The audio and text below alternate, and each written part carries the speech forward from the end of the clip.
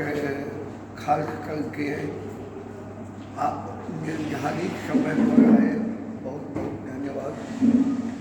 आज जो प्रेस वार्ता है, हमारे भारतीय कम्युनिस्ट पार्टी के राष्ट्रीय परिषद के सचिव कांग्रेस अतुल कुमार रंजान आपको संबोधित प्रेस वार्ता। साथियों,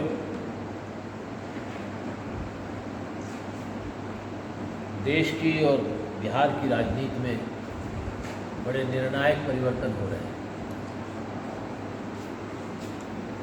अभी संसद का सत्र समाप्त हुआ है, लेकिन महत्वपूर्ण सवालों पर संसद में चर्चा नहीं हुई। सरकार महंगाई से चर्चा करने पर भाग रही है। महंगाई आसमान छू रही है। रिजर्व बैंक के गवर्नर दास जी ने भी कहा है कि कंज्यूमर प्राइस इंडेक्स और होलसेल प्राइस इंडेक्स थोक मूल्य सूचकांक और जो हमारे कंज्यूमर हैं, उपभोक्ता मूल्य सूचकांक, ये काफ़ी अलार्मिंग है, काफ़ी उछाल पर उछलते जा रहे हैं। देश की विकास दर भी इससे प्रभावित होने जा रही है।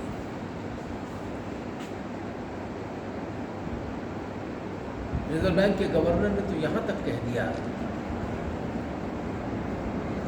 कि हम कैसे इसको कंट्रोल करेंगे, ये हमारे लिए एक बड़ी चुनौती है।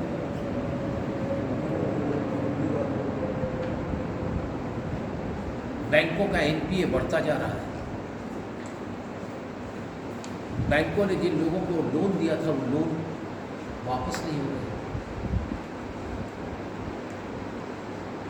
छोटे मझोले सीमांत उद्योग वो खुल नहीं पा रहे हैं।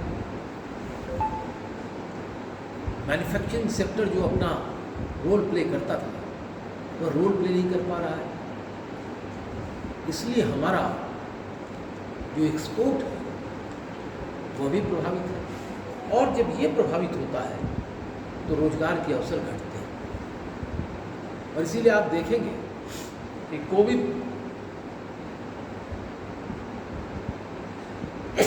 की लहर कुछ धीमी होने के बाद भी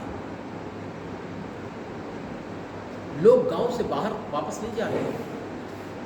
तमाम वो बड़े बड़े शहर, चाहे वो लुधियाना हो, नागपुर हो, औरंगाबाद हो, मुंबई हो, गांधीनगर हो, बड़ौदा हो, सूरत हो, ये बड़े बड़े शहर, कोलकाता हो, यहाँ के अगल बगल के जो एंसिलरी यूनिट्स थे, छोटे छोटे उद्योग थे, मझोले उद्योग थे, जिसमें करोड़ों लोग काम करते थे, वो नहीं पहुँच रहे, वो खुल ही नहीं रहे। और मैं अपनी इस बात को कहने के लिए इस बात को कह रहा हूँ कि अगर ये चलते होते तो आज ट्रेनों में लंबी लाइन होती, बसों में जगह नहीं मिलती। ये जो भीड़ ट्रेनों में दिखाई दे रही है, बसों में दिखाई दे रही है, ये तो लगन के चलते हैं, शादी विवाह के चलते हैं।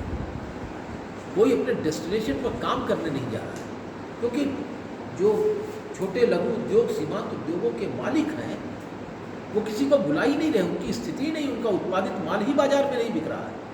ये एक गंभीर स्थिति है और इसको प्रधानमंत्री को देखना चाहिए और समझना चाहिए। पूरे केंद्र मंत्रिमंडल को समझना चाहिए, राज्य सरकारों को भी समझना चाहिए, लेकिन संसद के सत्र में इस पर तो कोई चर्चा ही नहीं हुई। अर्थव्यवस्था पर कोई चर्चा ही नहीं हुई, महंगाई पर कोई चर्चा ही नहीं हुई, और जो चर्चा हुई वो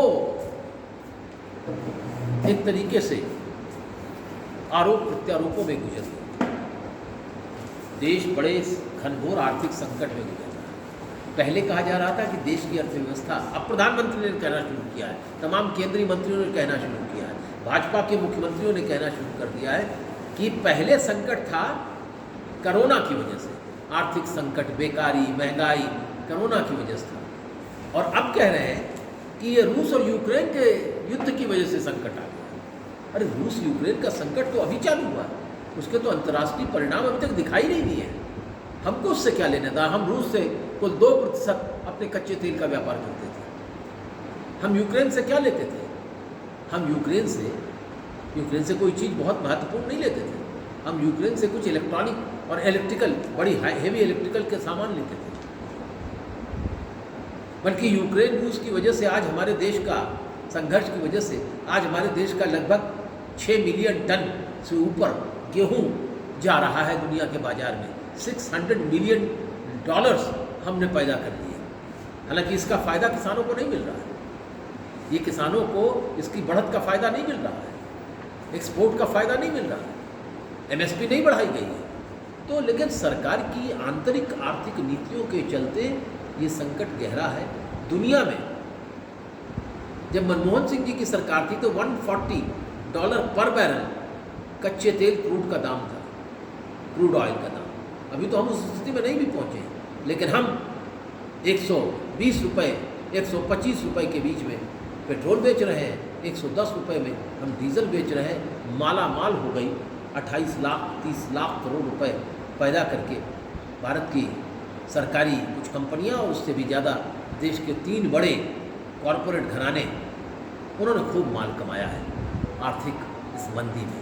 इसीलिए मैं पूछना चाहता हूँ, हमारे आप खुद इस पर गौर करिए कि साधारण आदमी की जेब में पैसा नहीं आया, जो था वो निकल गया, उसकी आमदनी बढ़ी नहीं।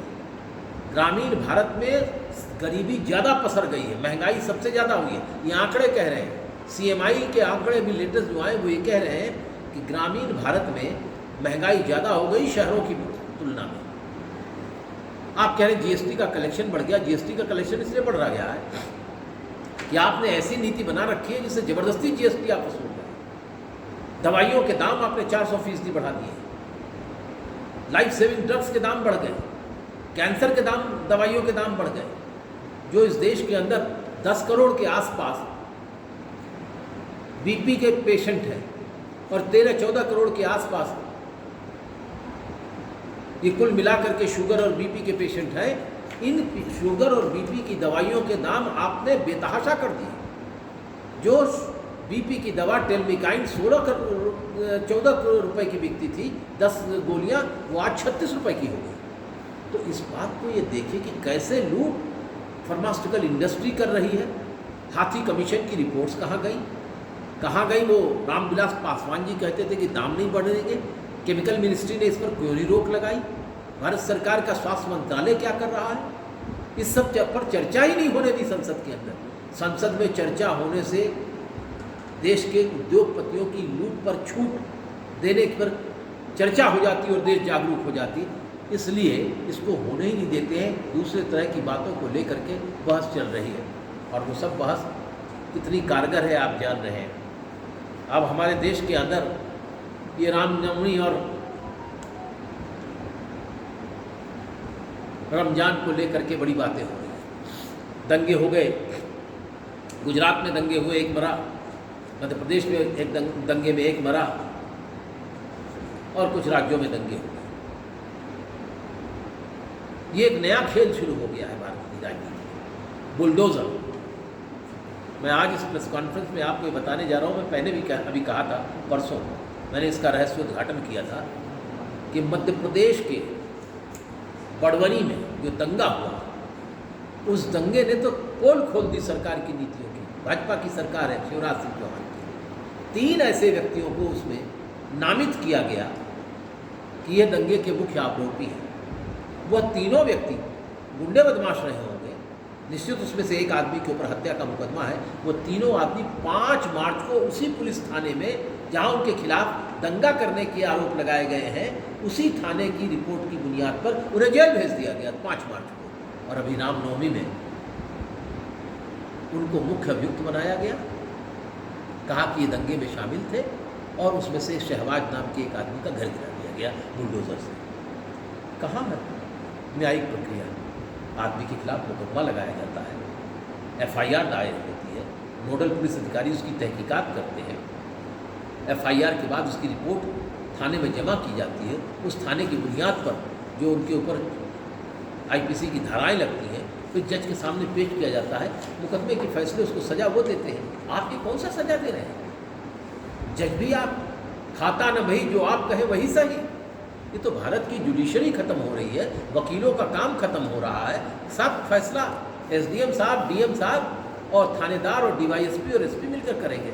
ये देश के अंदर भयंकर एक अजीब सी स्थिति है। इन सब स्थितियों के ऊपर चर्चा करना है और इसलिए हम लोग ये कह रहे हैं कि आगामी मैंने दिया है आपको कि बिहार के अंदर पार्टी इस संबंध में जनता को जागरूक करेगी, सामाजिक राजनीतिक एकता और सांप्रदायिक सद्भाव को मजबूत करेगी और जनता के सवालों को लेकर के आंदोलन करेगी। इस संबंध में हमारे पार्टी के राज्य सचिव श्री रामदेव पांडे जी आपसे कुछ